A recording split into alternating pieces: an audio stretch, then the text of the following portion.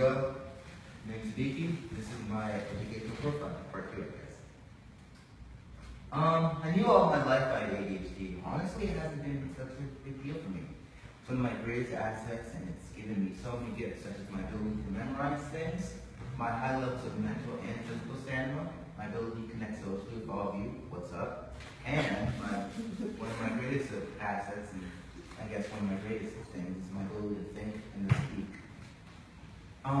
I usually try to corral all my energy into writing poetry. It's one of my favorite things to do in my spare time. Listening to music. Sometimes I write my own songs. It's bored. I'm on the track and field team and wrestling, acting. I love acting. I love performing for people, and reading and writing my own comics. I'm very good at that, obviously. We use so many different types of strategies in class. One of them is note taking. It's always been helpful for me, always allowing me to get out of the jam. It's been a lot harder in recent years due to the amount of information you can get in, and I've been running out of paper faster, but it's been coming along so much better now. Another tactic that I use is Khan Academy. It helped me out with my math work. And ADHD also is a big help with my academics, because it's given me a whole lot of mental stamina to just not give up. Like, especially when it comes to a hard problem, the words of a wise man once said, never give up. So, that's why I don't give up. As you can see, that's me at a Chinese restaurant, about to slay a duck. My breakfast, honestly, is anything. It can go from leftovers, pizza, pasta, chicken, pot pies, and mostly vegetarian food. Really anything I can get my hands on that's quick and easy. It's quick and it's easy and that's accessible. Recently I've been on a health food kick. I think I kind of have to blame some of my friends for that, and I have to blame doing camping. Because recently for lunch I've been making wraps with kale, turkey, arugula, and mustard. It's really helpful. It actually helps out a lot when I'm trying to exercise, trying to get a bit more, But usually if I buy food, it's in the neighborhood gyro cart, like right over there. Starbucks, I can never go without a caramel frappuccino with extra caramel sauce. And pasta with meat on berries. As you can tell, I'm a bit of a big meat eater.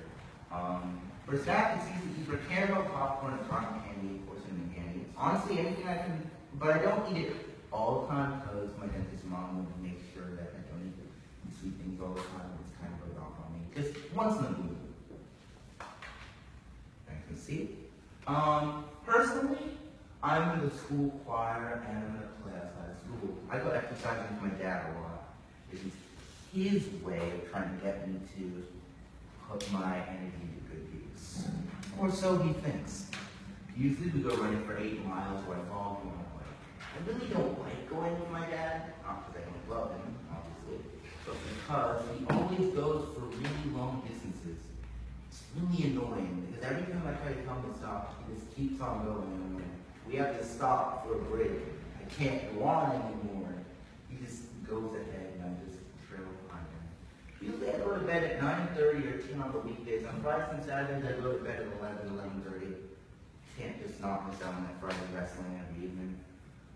Usually try to wake up at 6:45 or 6. If I oversleep, it's usually at 6:50. I want to go to college that I like. Kimberly Woodson, Curry, Hofstra, Marist, you. And I want to get a double major in acting or criminal psychology or in physics. I've always found the human brain, the human mind to be a very interesting thing.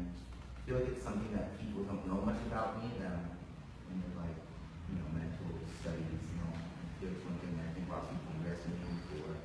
I have a love for that. And physics is one of my other greatest loves, so if they don't have a psychology course that help me with that, then I want to do physics and acting course. Because, hey, if acting doesn't go so good, then I can probably be the next Bruce Banner or scientist, who knows. I want to grow up to be a mature and intellectual person. As you may know, I make a lot of jokes all the time. Sometimes they're good, sometimes they're bad, sometimes they're below the belt, sometimes they're too high, like Shaquille O'Neal height, but I want to work on being mature so I can corral that, so I don't make it all the time. Sometimes it can be a little hurtful once I don't mean them to be. If I hurt any of you now with my jokes, I apologize.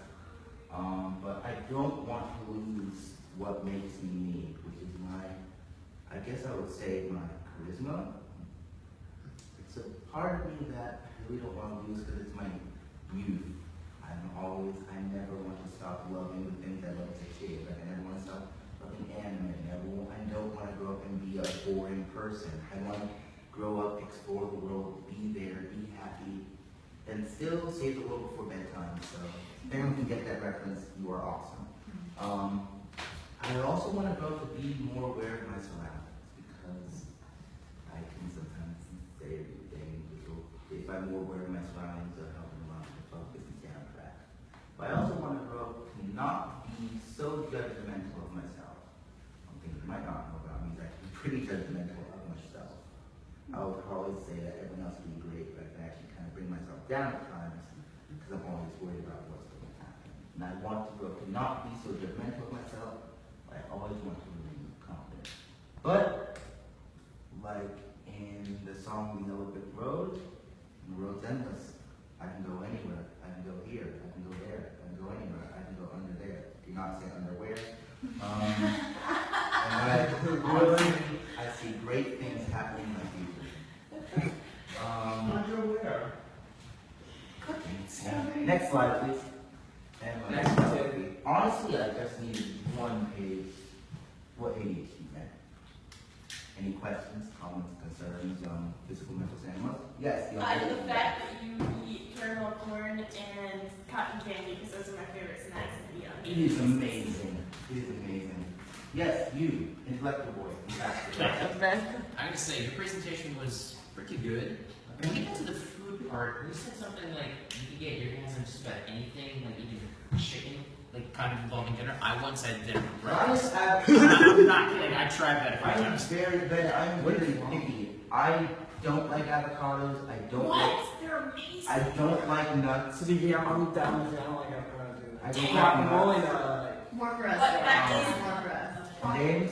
You, sir. You, say Yeah, it. I just love how you mentioned the fact that, accepting of your charisma, because it's always great to come to the realization of like what makes you you, and I totally can relate to that, and just everyone out there can relate to that too, because once you realize what makes you you, and once you realize how you can utilize that in the real world in your future endeavors, and that's half the battle. So the fact that we're very open about that, and talking about that aspect, I thought that was great. Like, I loved hearing that because most people really don't open up like that, or even people in the real world, most people don't really come to the realization of what really makes them them.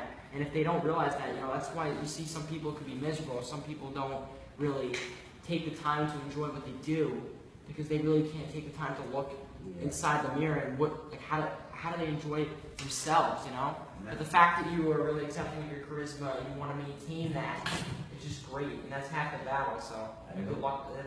It's great that you admitted that, and you were open about that, and you expounded on it. Because I'm glad that you're open about it. I'm glad that you're going to keep it, because you should. Thanks. It meant a lot. Yeah, no problem. Just don't want to grow up to become a jerk and rely too much on my charisma. I don't want to. But not even in that. I don't want to grow up to be a Mel Gibson. Yeah, it's great to know your surroundings, but it's also. I don't great want to grow because- up that yeah. weird force and disturbing, awful attitude. Like Siddiqui, it's great to refine yourself, but it's also great to see you. Like, it's great to see what makes you unique, because we all have that unique factor. Everybody has attributes and qualities that make them unique. So the fact that you're open about it and you've come to the realization over the years how that's benefited you is great, because at the end of the day, that's going to help you in the long run. So, and just I love your insight. Very insightful. How you talked about some of your food and some of what you do, how your ADHD has benefited you. So. Thanks. That's great. Great presentation. Solid. Miss Cooper, any questions? Super.